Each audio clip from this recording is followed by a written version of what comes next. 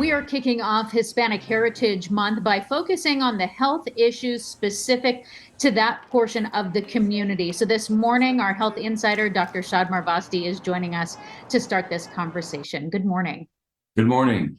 One thing we know about the statistics is Hispanics and Latinos do have among the highest rates of diabetes and blood pressure. Why is that?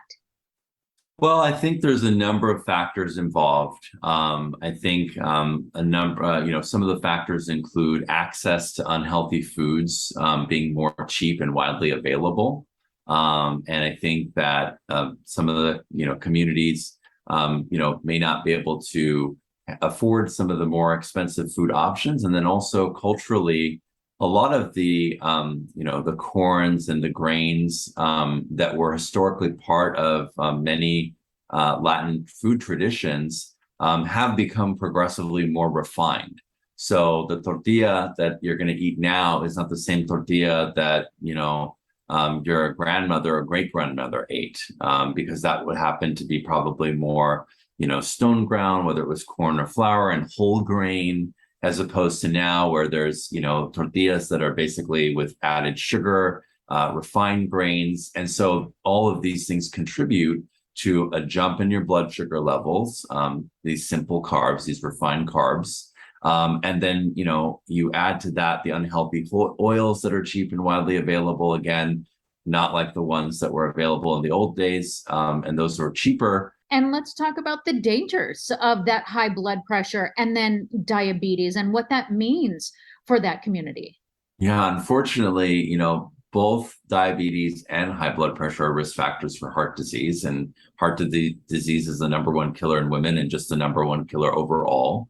Your blood pressure goes up, obviously increases your risk for stroke and heart attacks. And then diabetes on its own has all these other far-reaching health implications, from kidney failure, blindness, the leading contributor to lower leg or foot amputation. There's a lot of risk associated with having higher numbers of both diabetes and high blood pressure in these communities. What are some other things that we can also focus on to try and change these rates of high blood pressure and diabetes? I think you can actually shift things if you start to eat the same cultural foods, but the healthier versions of them. Like guacamole is a great example of a food that every diabetic can have every day, because it actually helps lower blood sugar, improve better healthy fat, and even help contribute to lowering blood pressure. Doing a whole grain tortilla as opposed to a refined one makes a big difference. In addition to changing food, I think educating on how important it is to get regular primary care, especially for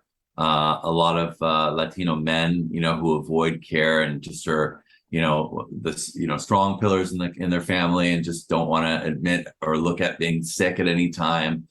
Getting that primary care, checking your blood pressure, checking your blood sugar, and then treating it, with medication and with lifestyle changes, with exercise.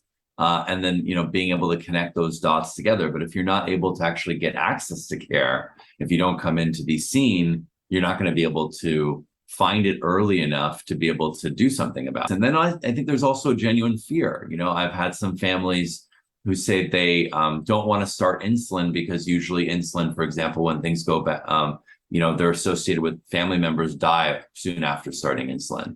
And that's just because most folks don't get the care they need soon enough, and then it's already in an advanced stage, and then they're not getting enough care, and then basically the worst case scenario happens. But getting care sooner, I think, makes a big difference, and getting that education out there, going to churches, community centers, working with community health centers, with schools and other community organizations is really important.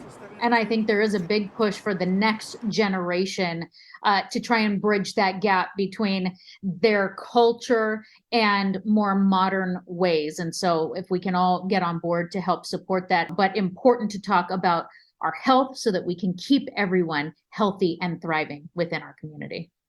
Absolutely.